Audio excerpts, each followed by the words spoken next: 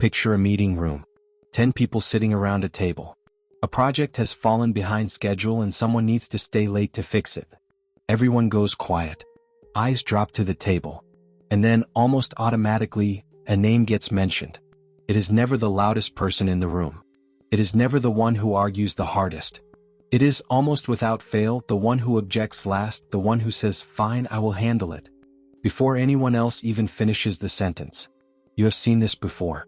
Maybe you are watching this video because you are that person.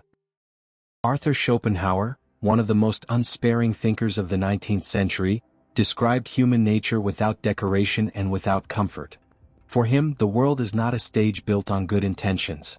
At the root of everything lies a blind, purposeless, insatiable force. He called it the will, and according to him, this will lives inside every human being as a drive that seeks its own comfort, its own satisfaction, its own survival, regardless of what it costs anyone else. Reason, in Schopenhauer's view, is not the master of the human being.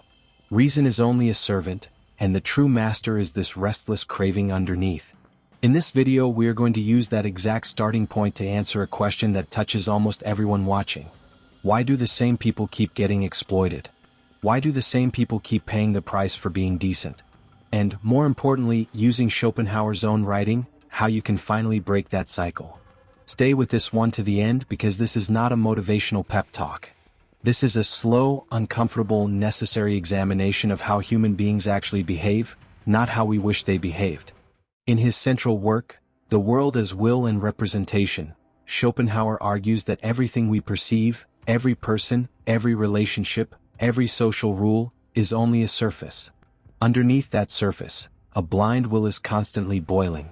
This will has no morality, no humanity, no built-in compassion. It only wants to persist and expand. Once you understand this, human behavior stops feeling mysterious. Your friend who always calls you at the last minute asking for a favor is not a coincidence. Your boss who always hands you the extra project is not a coincidence. Your family always expecting you to solve the crisis is not a coincidence. All of these are simply the will operating in its rawest, most natural form. People, without any conscious plan to harm you, will build their comfort on your shoulders. It is not because they are monsters. It is because that is the path of least resistance, and the will always seeks the path of least resistance. Schopenhauer says this with almost brutal honesty. A person can be kind to another as long as it does not interfere with their own interest. But the moment their interest clashes with someone else's, most people will choose themselves. Calling this cruelty misses the point entirely. It is simply the nature of the will. Water flows downward because that is its nature. Most people flow toward the easiest option available to them, and that easiest option is very often another person's willingness to absorb the cost. So where does the gentle person stand in this picture? Right in the center of it. Because the gentle person treats the suppression of their own will as a virtue. And the wills around them notice this almost instantly. Think about how a herd of animals silently identifies the weakest member. Nobody announces it out loud. Everybody simply knows. Here we need to draw a sharp line. Schopenhauer, in his essay on the basis of morality, considers genuine compassion to be the single true foundation of ethical behavior. Feeling another person's suffering as if it were your own is, in his eyes, the one real virtue a human being can possess. So Schopenhauer is not against gentleness. Quite the opposite. He treats it as the very thing that separates a human being from an animal driven purely by appetite. But what we are examining here is not gentleness itself. It is the confusion between gentleness and submission. Gentleness means noticing someone's pain and offering your hand. Submission means placing someone else's interest above your own every single time, without exception, without limit. These two things are not the same, yet gentle people constantly mistake one for the other. Most of them were raised being told to be nice, but nobody ever told them that being nice does not mean sacrificing yourself on command, again and again until nothing is left. Think of a real example. In a friend group, is there always one person who picks up the bill? Every dinner, every night out, the one who says, "Don't worry, I've got it." At first this looks like generosity. But over time, everyone else quietly starts treating it as a rule. Nobody even offers any more. The will has found the path of least resistance, and that path runs directly through that one person's wallet. In Schopenhauer's own words, since the world is a natural arena of suffering, People take every opportunity available to avoid pain. If someone volunteers again and again to absorb the burden, the responsibility, the discomfort, then everyone else has no reason at all to take that weight off their hands. In Pererga and Paralipomena, Schopenhauer offers one of his most famous images. Picture a group of porcupines on a freezing winter night. The cold pushes them to huddle together for warmth. But as they get closer, their quills start to wound each other. So they pull apart. But then the cold returns. Eventually, after enough painful trial and error, they find a distance that is bearable. Close enough for warmth, far enough to avoid injury. This image is the essence of every human relationship. Everyone carries quills. Everyone has their own interest, their own will, their own private suffering. The closer you get to someone, the higher the risk of being hurt. But gentle people rarely learn to find that balanced distance. They keep closing the gap over and over, giving more, opening themselves further, exposing more of their vulnerable skin. And the quills around them, sensing that open space, press in harder. The clearest example of this lives inside toxic relationships. Think of someone who forgives every mistake, stretches every boundary, tells themselves, maybe they'll change one more time. That person has never established the distance from the porcupine parable. And the other side reads that lack of distance as an invitation. Because the will, when it meets no resistance, does not simply stop on its own. Schopenhauer also gives a fairly unflattering account of where respect actually comes from in human relationships. According to him, people respect each other largely because they know the other person is capable of causing them harm. Respect, in other words, is often born not from love but from calculation. A person who is known to be able to say no, to set a limit, to refuse to back down, gets treated very differently from a person who has never once demonstrated that. You can watch this play out inside almost any workplace. Take two employees. One does whatever is asked without question. The other, when necessary, is willing to say, "That isn't part of my role." Over time, the way management and co-workers behave toward these two people diverges completely. The first one keeps accumulating extra work because there is no resistance to push against. The second one earns a certain caution from others because there is a known boundary in place. This can feel deeply unfair. And in truth, it is unfair. But Schopenhauer never promised us a just world. He told us the opposite, that the world is the playground of a blind will, and that fairness is not something nature hands to us, it is something human effort has to construct, piece by piece. If you do not draw a boundary, nature will not draw it for you. On the contrary, anyone who notices your lack of boundaries will try to take a share of that open space. Perhaps the most painful examples happen inside families. In almost every family there is one person. The one everyone calls during a crisis, the one everyone remembers when there is a debt to be handled, the one everyone expects to produce a solution when something falls apart. This person is usually not the strongest one in the family. They are usually the most patient one. And over time, that patience quietly turns into an unspoken job description. Imagine a sibling who always ends up caring for aging parents while the other siblings continue living their own lives undisturbed. At first this looks like an act of generosity, a choice freely made. But years later, it hardens into an expectation. When that sibling wants to take a vacation, they feel guilty simply for wanting a break, because the family has come to view their caretaking as a natural right owed to them, not a gift being given.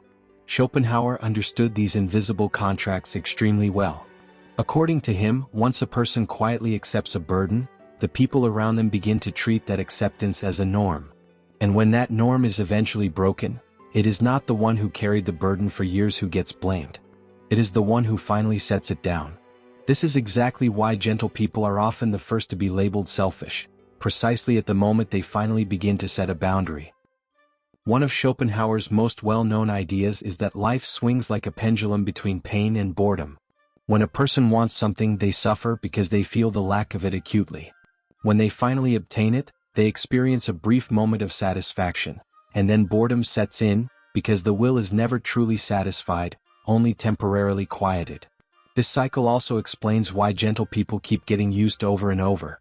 When you help someone, their will is temporarily satisfied.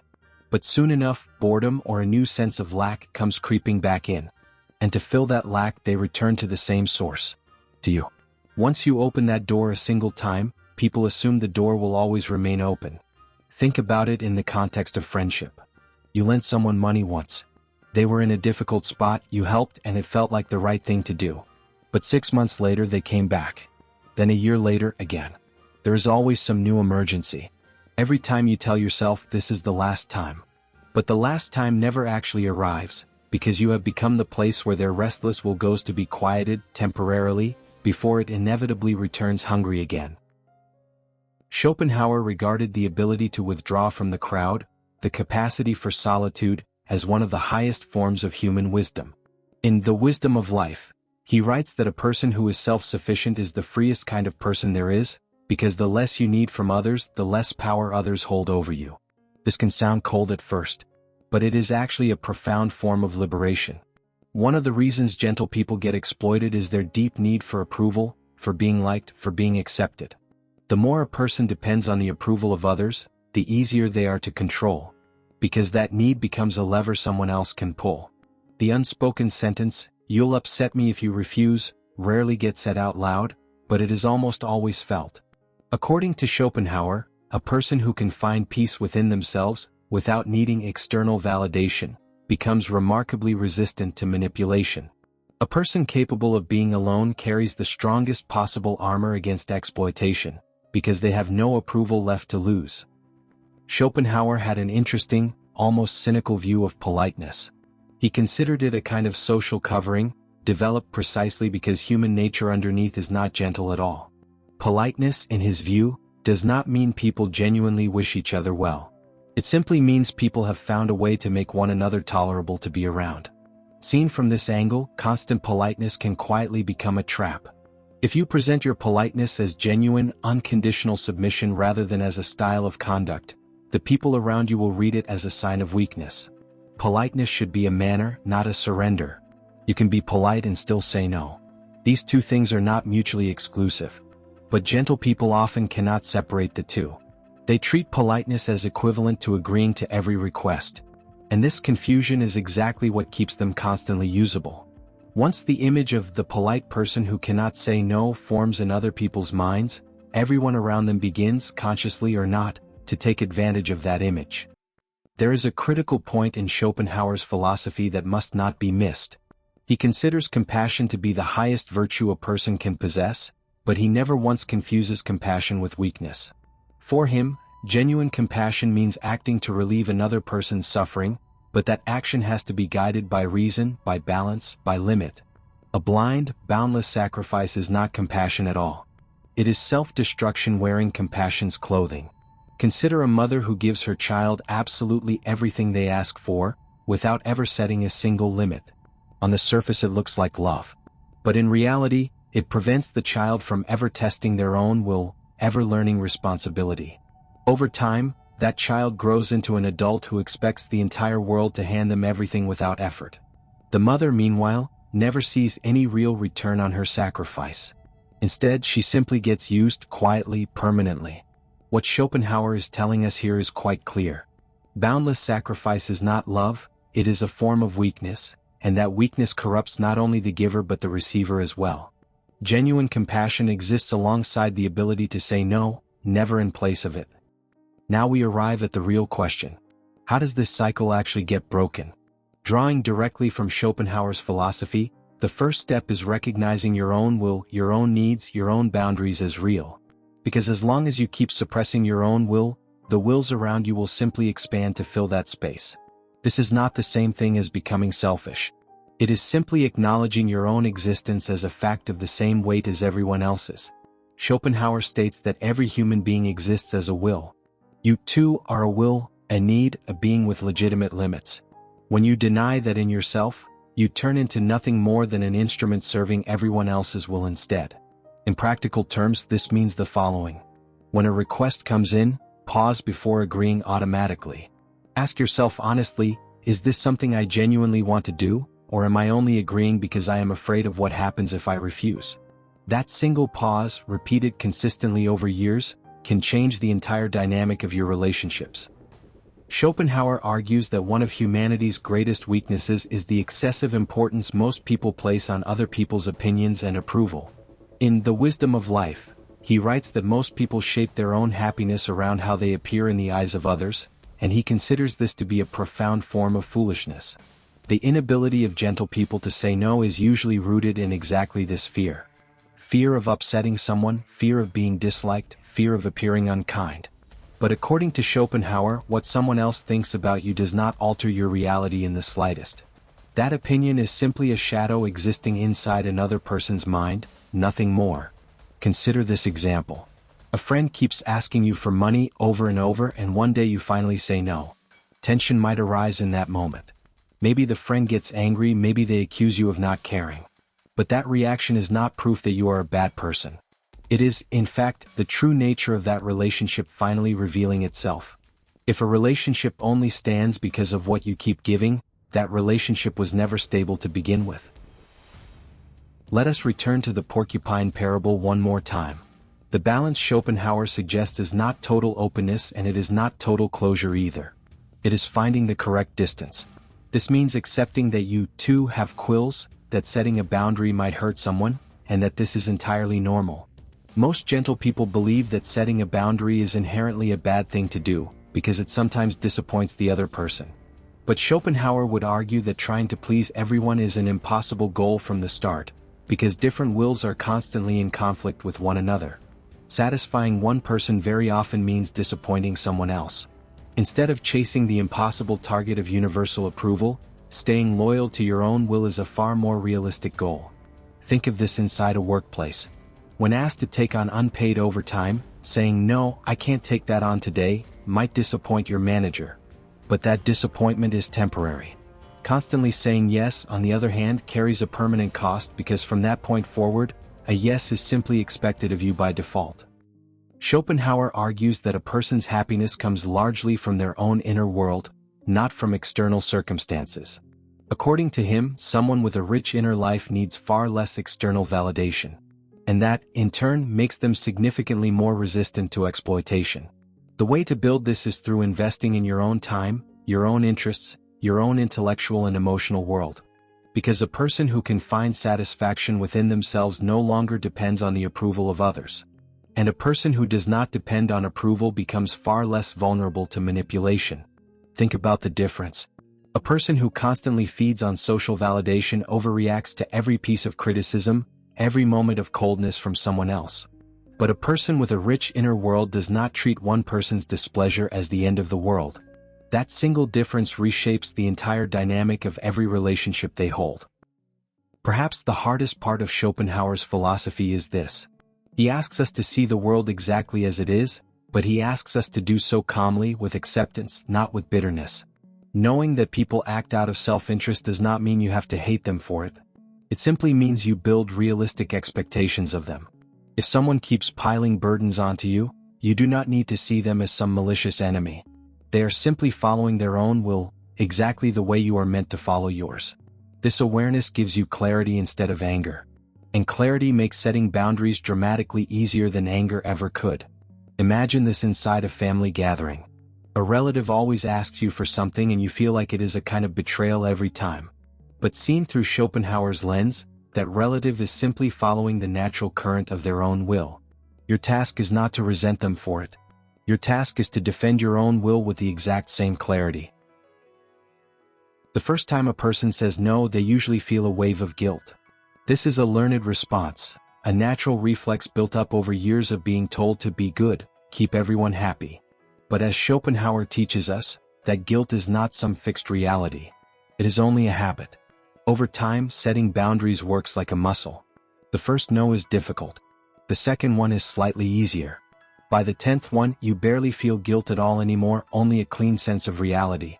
And at that point, the wills surrounding you begin reading you differently. You are no longer the easiest target in the room.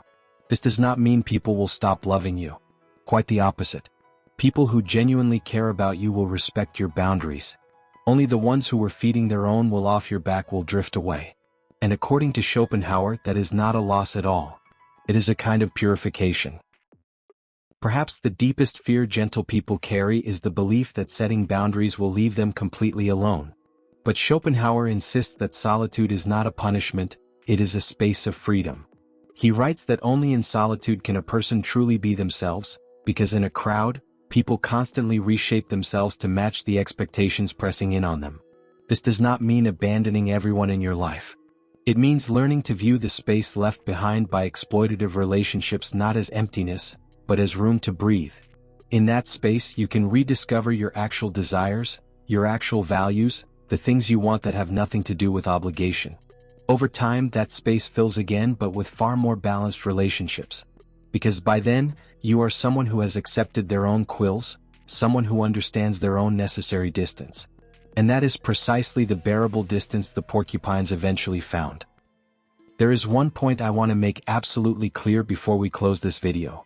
Schopenhauer's philosophy is not asking you to become a hardened, unfeeling person. Quite the opposite, he considers compassion the very foundation of all morality. But he insists that compassion must be built on top of a strong sense of self, not in place of one. Weak compassion is an open door to exploitation. Strong compassion is a balance that honors both yourself and the person in front of you. You can be gentle and have boundaries at the same time. These two things do not cancel each other out. They complete each other. In practical terms, this means you can help a friend without doing it every single time, without limit, without cost to yourself. You can support a family member without sacrificing your entire life to do it. Drawing the line between compassion and submission is and always will be your responsibility, no one else's. If Schopenhauer were somehow speaking directly to gentle people living in this century, his message would likely be uncomfortable but freeing. He would tell them that the world does not reward gentleness on its own. It rewards gentleness paired with resistance, kindness paired with a spine. He would remind them that suffering caused by other people's demands is not a moral failure to be endured quietly, it is simply the natural consequence of an unguarded while meeting hungrier ones. He would also remind them, and this is important, that becoming harder does not mean becoming cruel. It means becoming accurate. Seeing people exactly as they are, egoistic by nature, capable of warmth but rarely at their own expense, allows a gentle person to stop being surprised, stop being wounded by behavior that was, in fact, entirely predictable all along. Once the surprise disappears, so does much of the pain. Think of every time you felt betrayed by someone taking advantage of your kindness. Much of that pain came not from the act itself, but from the expectation that it should not have happened. Schopenhauer removes that false expectation. And in removing it, he removes a significant portion of the wound. Schopenhauer viewed life as something filled with suffering, governed by the will, and very often unfair. But even inside this dark picture, he found a way forward. That way forward runs through self-knowledge, through respecting your own will, and through never confusing compassion with self-erasure. If you recognized yourself somewhere in this video, if you have always been the one whose name gets called first, know that this is not fate. It is a learned pattern, and like everything learned, it can be unlearned. The first step is accepting that your own will is just as real as anyone else's. The second step is finding the courage to remain loyal to it. Schopenhauer's Porcupines taught us that survival on a cold night depends on finding the right distance. Not full closeness and not full retreat. Find that distance. Accept your own quills. And remember, a hand that keeps giving without limit eventually becomes invisible. But a hand that knows its own boundaries keeps adding value to itself and to everyone around it. If this video reminded you of something in your own life, leave a comment and share it. And if you want more of this kind of unfiltered thinking, not just from Schopenhauer but from the many other philosophers whose ideas cut just as close to real life, subscribe to the channel for what comes next.